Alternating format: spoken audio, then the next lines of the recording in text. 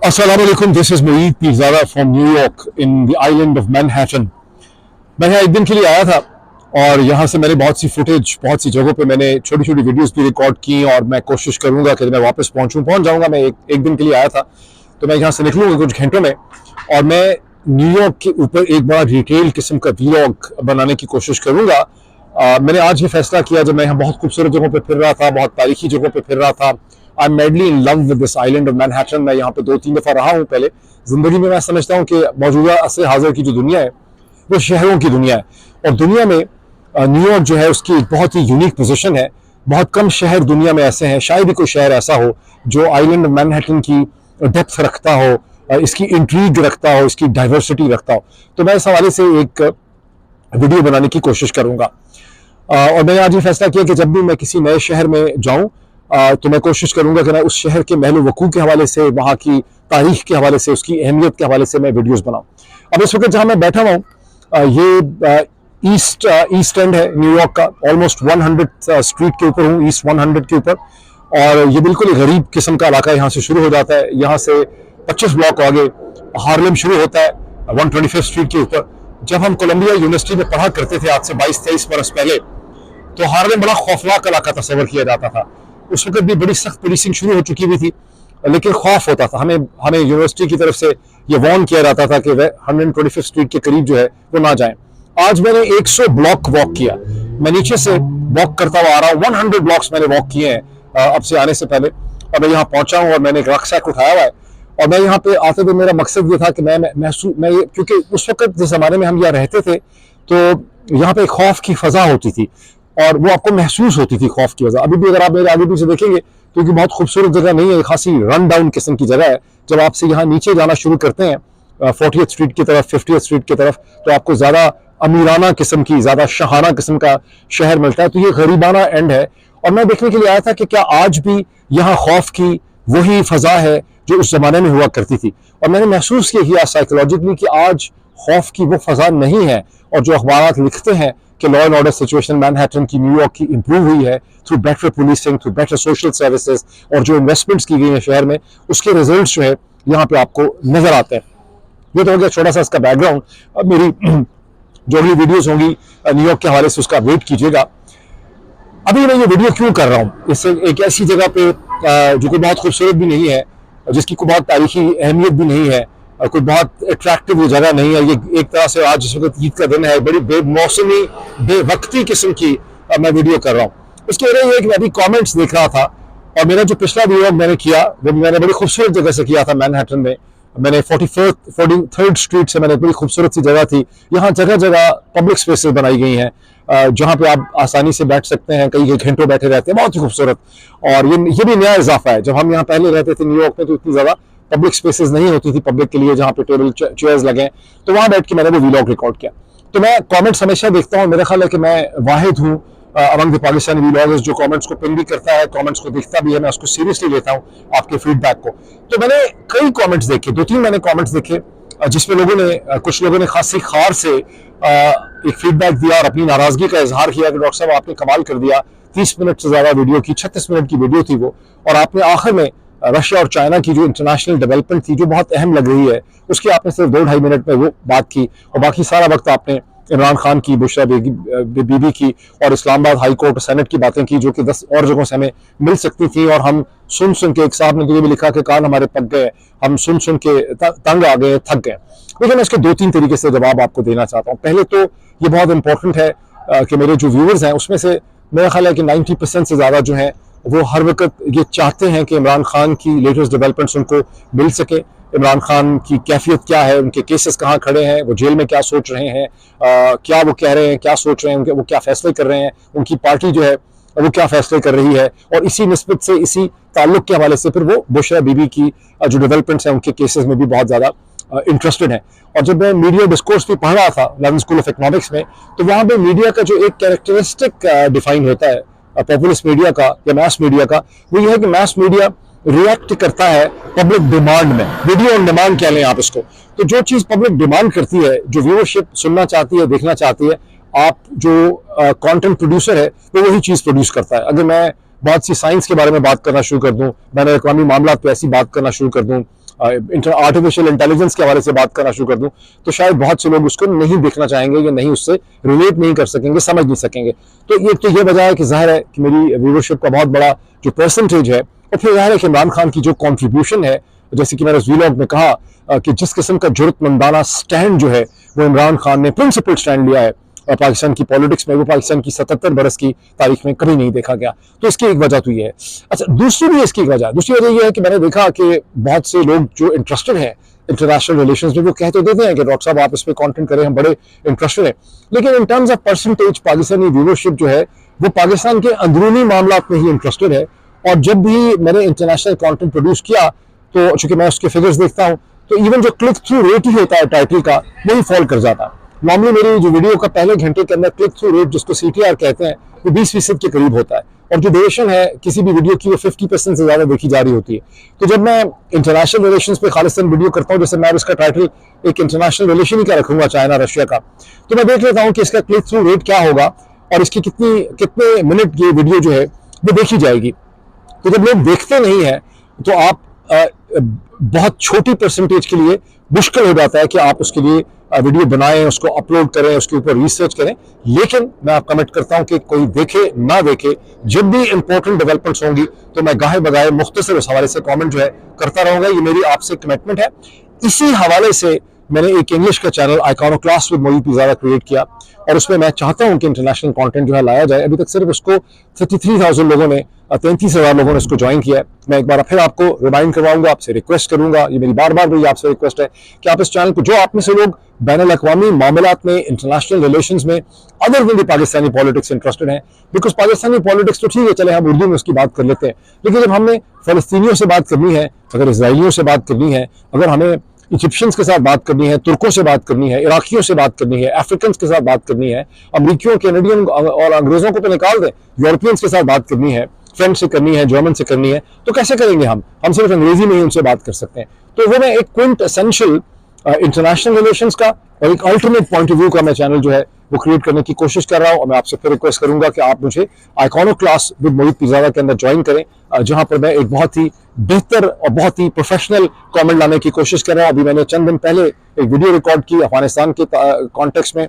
जिसमें CIA के x station chief Robert ग्रीनियर को मैं लेकर आया, एक अफगान डिप्लोमेट जो है उमर समझ उनको मैं लेकर आया, उसमें इम्तियाज गुल उस वीडियो के अंदर थे, उसको देखा है लोगों ने, 20 अभी तक 30,000 लोगों ने उस वीडियो को जो है वो नहीं देखा।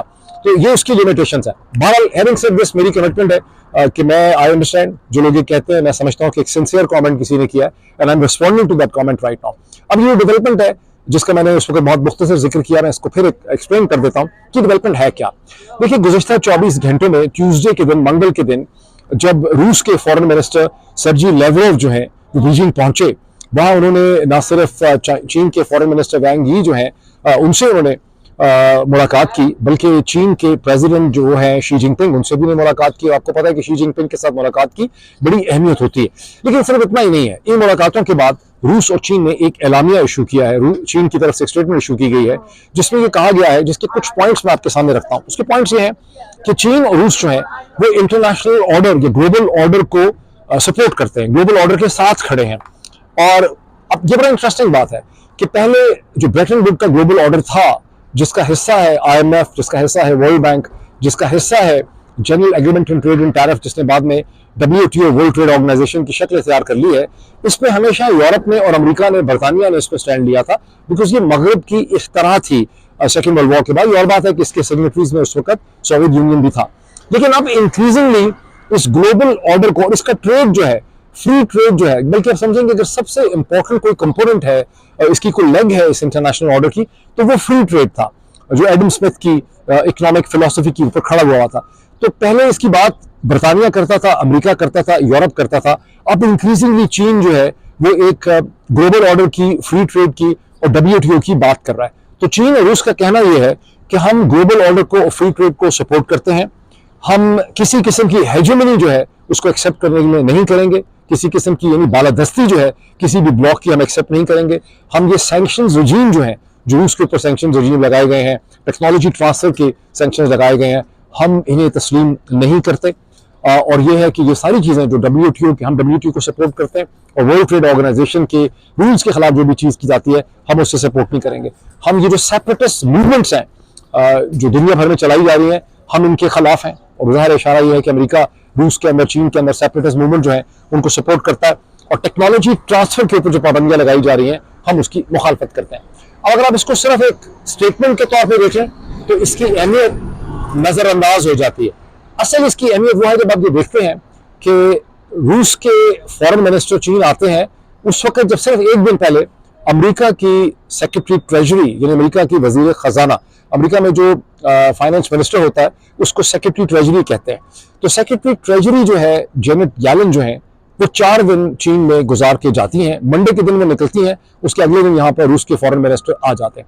अब ये ध्यान में रखना बहुत जरूरी है कि जाहिर है कि जेनेट येलन का जो विजिट है वो कई हफ्तों पहले, अगर महीनों पहले नहीं तय हुआ होगा, जाहिर है कई हफ्तों पहले तय होगा, कम से कम 12-14 हफ्ते पहले तय हुआ होगा। तो इसी तरह से रूस के फॉरेन मिनिस्टर की जो टाइमिंग है चीन में, बीजिंग में वारिद होने की, ये भी कई हफ्ते पहले डिसाइड होगी। तो इसका आप ये समझ सकते हैं कि इसको इस तरह से स्केड्यूल किया गया है, इस तरह से प्लान किया गया है कि अमेरिका का वजीर खजाना यहाँ से निकले, बिकॉज एजेंडा आपको पता है पहले से डिसाइड हो जाता है। तो अमेरिका का वजीर खजाना चीन से, बीजिंग से निकलता है और रूस का फॉरेन मिनिस्टर वहां पे आता है और फिर रूस और चीन मिलकर एक मुश्तरका स्टेटमेंट इशू करते हैं और आपस में अपनी कोऑपरेशन की और अपनी यूनिटी की यहाँ पे बात करते हैं। तो this is not by an accident, this is definitely by design. ये तो पहला एलिमेंट है इसको समझने का। अब ये देखिए कि जो पोजीशन उन्होंने ली है, जेनेट येलन ने यहाँ पे आके क्या पोजीशन ली। जेनेट येलन जो है उन्होंने लेक्चर दिया आके चीनियों को, उन्होंने यहाँ पे स्टूडेंट्स के साथ मुलाकात की, चाइनीज ऑफिशियल्स के साथ मुलाकात की, हर किस्म के हर लेवल पे उन्होंने मुलाकातें की। और जेनेट येलन ने आके चीन को ये मैसेज दिया कि चीन की फैक्ट्री की जो चीन की फैक्ट्रीज ओवर प्रोड्यूस कर रही हैं, 3 किस्म के कंपोनेंट उन्होंने आइडेंटिफाई किए, electric vehicles, EVs, solar panels और जो ग्रीन एनर्जी अल्टरनेटिव प्रोडक्ट्स हैं। ये जो तीनों चीजें जो है चाइना की इंडस्ट्री ओवर प्रोड्यूस कर रही है, फैक्ट्रीज ओवर प्रोड्यूस कर रही हैं। और जेनेट येलन ने कहा कि हमें ये चीज बिल्कुल अनएक्सेप्टेबल है, चीन अपने कंज्यूमर गुड्स के ऊपर ज्यादा फोकस करे, चीन इनको ओवर प्रोड्यूस ना करे, इनको एक्सपोर्ट ना करे। और ये वही सूरत हाल उन्होंने कहा कि हमारे साथ की जा रही है जो अब से 10 बरस पहले, एक डेकेड पहले 2012 और 14 के दरमियान में चीन ने स्टील की ओवर प्रोडक्शन की, जिससे अमेरिका की कंपनीज को, यूरोप की कंपनीज को बड़ा नुकसान पहुंचा, ग्लोबल स्टील कंपनीज को। और ये अभी हमें शक ये है, उन्होंने कहा कि चीन जो है वो सब्सिडाइज कर रहा है अपनी इलेक्ट्रिक व्हीकल की प्रोडक्शन को, अपने सोलर पैनल की प्रोडक्शन को। इसी किस्म के कंसर्न्स उनके सेमीकंडक्टर्स के हवाले से भी हैं। ये डेवलपमेंट इसलिए इंपॉर्टेंट है कि असर हाजिर में जो इस वक्त ग्लोबल सिस्टम अंडर टेंशन है वो इन चीजों की वजह से अंडर टेंशन है। और अगर आप सीपेक के ऊपर अमेरिकन और यूरोपियन लिटरेचर पढ़ेंगे बेल्ट रोड इनिशिएटिव के हवाले से, जिसका कि सीपेक कंपोनेंट है, तो वहां पर भी आपको एक आर्गुमेंट बार बार दोहराया हुआ नजर आएगा। और वो आर्गुमेंट ये है कि ये चीन ने बेल्ट रोड इनिशिएटिव का सारा खड़ा किया है, ये बुनियादी तौर पे चीन की इंडस्ट्री की जो सरप्लस ओवर प्रोडक्शन है, क्योंकि इनकी इतनी ज्यादा बड़ी है फैक्ट्री कैपेसिटी, ये उसके लिए कंज्यूमर मार्केट ढूंढ रहे हैं। और पाकिस्तान हो या श्रीलंका हो या अफ्रीका के कंट्रीज हो, तो ये मार्केट्स को कैप्चर कर रहे हैं। और इंडियन अगर आप थिंक टैंक्स का, ये पॉलिसी का, सर्कल्स का जो एनालिसिस पढ़ेंगे तो वो भी एनालिसिस है। तो ये इल्जाम है चीन के खिलाफ। तो उन्होंने कहा कि हम इसको बिल्कुल एक्सेप्ट नहीं करते। और उन्होंने ये तो नहीं कहा कि हम डेफिनेटली सैंक्शंस आयद करेंगे, लेकिन मीडिया से बात करते हुए जेनेट येलन जब चीन से निकल रही थी तो उन्होंने ये कहा कि हम सैंक्शंस को, उनसे पूछा गया, हम सैंक्शंस को रूल आउट नहीं कर सकते। अच्छा, अब ये ऐसी सूरत हाल थी जिसपे जेनेट येलन अभी निकली ही थी चीन से, तो चीन की मिनिस्ट्री ऑफ फाइनेंस जो है और फिर चीन के कॉमर्स मिनिस्टर, मेरा ख्याल है उनका डेलीगेशन पेरिस में था, जो वहाँ पे in fact Chinese electric vehicles association के जो लोग थे उनकी मीटिंग हो रही थी पेरिस के अंदर, फ्रांस के अंदर। तो दोनों जगह से चीन का बड़ा स्ट्रॉन्ग इस पे रिएक्शन और रद्दअमल आया। और वो रद्दअमल ये था कि हम अमेरिका की डिक्टेशन जो है इलेक्ट्रिक व्हीकल्स के ऊपर, सोलर पैनल्स के ऊपर बिल्कुल एक्सेप्ट नहीं करते। और जो कुछ अमेरिका कह रहा है ये बेसिकली तौर पर अमेरिका और यूरोप जो है और ये वेस्ट जो है ये ट्रेड और इन्वेस्टमेंट के ऊपर रिस्ट्रिक्शंस लगा रहे हैं, सैंक्शंस लगा रहे हैं। और ये फ्री ट्रेड जो है दुनिया की, जो कि एसेंशियल प्रिंसिपल है, और ये कहा गया कि वर्ल्ड ट्रेड ऑर्गेनाइजेशन के जो रूल्स हैं उसकी ये मुखालफत कर रहे हैं अमेरिका वाला। ये मैंने बहुत इंटरेस्टिंग पॉइंट है जो लोग समझ सकते हैं, उसको समझें कि रोल रिवर्सल हो गए हैं। पहले जब प्रोडक्शन में सुप्रीमेसी थी, मैन्युफैक्चरिंग कैपेसिटी में सुप्रीमेसी थी वेस्ट को, अमेरिका को, बरतानिया को, 19वीं सदी में बरतानिया ने जंगें लड़ी हैं चीन के खिलाफ। आप देखिए ये सब तक इंपॉर्टेंट है कि जो ओपियम वॉर्स हैं और 1839 की जो जंग है, जिसके बाद चीन के बहुत से इलाकों पे कब्जा हो गया, हांगकांग छीन लिया गया और बहुत से आइलैंड वगैरह छीन लिए गए, तो वो इस प्रिंसिपल पे था कि चीन को ये फोर्स किया जा रहा था कि आप चीनी मार्केट को फ्री ट्रेड के लिए खोलें, आज चीन ये कह रहा है कि हम फ्री ट्रेड में बिलीव करते हैं, बिकॉज चीन के पास जो सर्विस एंड प्रोडक्शन या मैन्युफैक्चरिंग कैपेसिटी जो है वो बहुत ज्यादा है, और अमेरिका और बरतानिया ये कह रहे हैं कि नहीं, आपको इसको रेस्ट्रेन जो है करना होगा। तो एक तो इसमें रोल रिवर्सल का एलिमेंट है।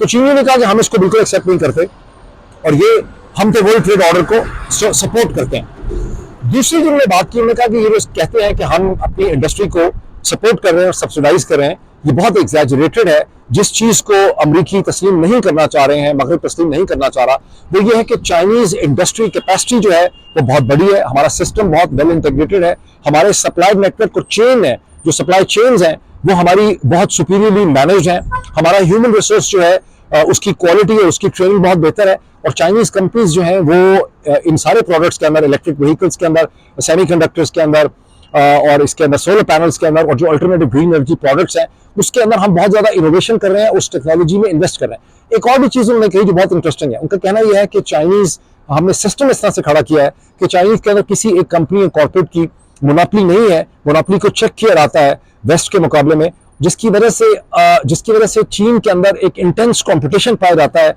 चाइनीज कॉन्ग्लोमरेट्स और कंपनीज के दरमियान में, और ये वो सब फैक्टर्स हैं जिसकी वजह से हम एक बेहतर क्वालिटी कम कॉस्ट के ऊपर जो है वो प्रोवाइड कर रहे हैं। अब ये पोजीशन पहले आ चुकी थी, उसके बाद आप देखते हैं कि रशिया के फॉरेन मिनिस्टर जो हैं वो यहाँ पे आते हैं और फिर जॉइंट पोजीशन ली जाती है, जिसमें रूस के फॉरेन मिनिस्टर सर्जी लैवरोव जो हैं वो ये कहते हैं, सबसे पहले वो कहते हैं कि हम तो शुक्रिया अदा करते हैं चीन का, चीन ने जिस तरह से हमसे कोऑपरेट किया पिछले कई अरसे में, हम उसको अप्रिशिएट करते हैं। और रशिया और चाइना की जो कोऑपरेशन है वो ग्लोबल ऑर्डर, वन सेकेंड आप देखेंगे ग्लोबल ऑर्डर की बात हो रही है, रशिया और चाइना की कोऑपरेशन जो है वो ग्लोबल ऑर्डर को सस्टेन करने के लिए बहुत इंपॉर्टेंट है। फिर उनका ये कहना है कि जिस तरह से प्रेसिडेंट पुतिन के इलेक्शन को सबसे पहले प्रेसिडेंट शी पिंग जो है उन्होंने उस पर कंग्रेचुलेट किया, हम उसे अप्रिशिएट करते हैं। अच्छा, अब इसके अंदर कुछ बड़े ट्रिकी पॉइंट्स आ जाते हैं। इसका जो एनालिसिस है वो ये है कि इसका जो एनालिसिस है, मैं थोड़ा सा ये देखूं कोई पॉइंट मेरा रह तो नहीं गया, ओवर प्रोडक्शन के हवाले से स्टील का मैंने जिक्र कर दिया। अच्छा, अब इसमें जो एनालिसिस है बड़ा ट्रिकी है। ये एनालिसिस जो है अमेरिकन थिंक टैंक्स ने इसके ऊपर फौरी तौर पे एनालिसिस दिया है, जो रशिया एक्सपर्ट है, जो चाइना एक्सपर्ट है, वो ये कहते हैं कि इस वक्त ग्लोबल ऑर्डर की सूरत हाल इस किस्म की हो गई है, जो ग्रेट पावर राइवलरी है, कि चीन के पीछे खड़ा हो गया है रूस, और जो चाइना रशिया डायनामिक्स हैं वो इंक्रीजिंगली चीन के फेवर में चली गई हैं। खास करके यूक्रेन की जंग के बाद जितनी बुरी तरह से रशिया आइसोलेट हुआ है, उसकी इंडस्ट्रियल कैपेसिटी स्ट्रेन हुई है, उसको बहुत सा मटेरियल जो है वो लेना भी चीन से पड़ रहा है। लेकिन इवन इन अदर वर्ड्स, चीन जो है उसकी इकोनॉमी इस वक्त $18 ट्रिलियन के करीब है, जबकि रूस की इकोनॉमी 1.5 या 1.9 या $2 ट्रिलियन से छोटी इकोनॉमी। लेकिन फर्क सिर्फ इकोनॉमी के साइज का नहीं है, एक और बहुत बड़ा फर्क यह है कि रशियन इकोनॉमी इंक्रीजिंगली जो है वो बेसिक रॉ मटेरियल की, एनर्जी सोर्सेज की इकोनॉमी है, अर्थ सोर्सेज की इकोनॉमी है। रशिया के पास कोई काबिल जिक्र ऐसी इंडस्ट्री नहीं है जिसकी दुनिया में जरूरत हो, और जब इंडस्ट्री नहीं है, मैन्युफैक्चरिंग नहीं है, सर्विसेज नहीं है, तो रूस के पास इंटरनेशनल लेवरेज भी नहीं है, कॉर्पोरेट वेट भी नहीं है, कल्चरल स्ट्रेंथ भी नहीं है पुल करने के लिए। तो चाइनीज के पास ये सब चीजें हैं। अब एनालिस्ट ये कहते हैं कि इंक्रीजिंगली अब रूस का फ्यूचर ये है कि Russian mind, Russian military technology, Russian economy, Russian human resource जो है, और रशियन पॉलिटिक्स को चाइना के पीछे खड़ा होना पड़ेगा। इसका बड़ा इंटरेस्टिंग पहलू ये है कि आप देखिए चीनी कितने धीरे मिजाज के हैं पाकिस्तानियों के मुकाबले में। अगर आप इसका कंट्रास्ट कर लें, हिंदुस्तानियों के मुकाबले में इसका कंट्रास्ट कर लें, तो आप में से बहुत कम लोगों को अंदाजा होगा कि रूस ने चीन का बड़ा इस्तेहसाल किया है 19वीं सदी के आखिर में, 20वीं सदी के शुरू में। बहुत ज्यादा ये जो साइबेरिया और बहुत से और एरियाज हैं, आइलैंड्स हैं, आप ये समझें कि आज जो रशिया के पास जो सरजमीन है उसका कम से कम 25% जो टेरिटरी ऐसी है, 20-25% टेरिटरी ऐसी है जो जबरदस्ती चीन से हथियाई गई है। हर दफा जब मगरब के साथ चीन का कंपटीशन पड़ा और चीन को नेगोशिएशन रशिया ने करवाई, तो इन रिटर्न चीन से बहुत सी जमीन जो है हथिया ली, और चीनी इसको अंदर से बहुत बुरा महसूस करते हैं इसके हवाले से, लेकिन बोलते नहीं है क्योंकि वो अपने लॉन्ग टर्म इंटरेस्ट को देखते हैं।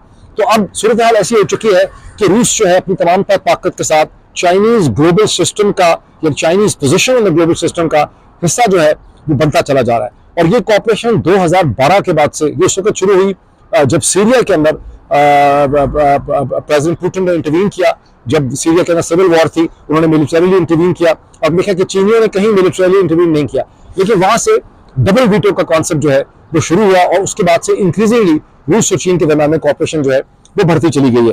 तो ये वो डेवलपमेंट थी जिसका मैंने जिक्र किया, और मजीद मेरी कोशिश होगी कि मैं डेवलपमेंट्स का जिक्र करता हूँ। एक बहुत इंपॉर्टेंट डेवलपमेंट है जो कि इंटरनेशनल रिलेशंस की कैसी डेवलपमेंट है, इसमें कुछ चीज़ें सटल होती हैं।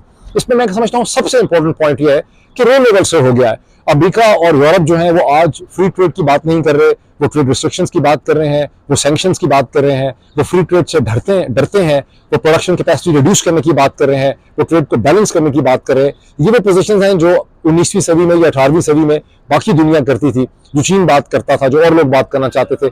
आज मगरब को इतना प्रेशर है उसके ऊपर इकोनॉमिक के, वो ये बात कर रहे हैं। तो अभी इतना ही, फिर आपसे इंशाअल्लाह देखिएगा आप इसके, मैं जो न्यूयॉर्क के हवाले से एक बहुत डिटेल व्लॉग करूंगा उसको देखिएगा। Thank you.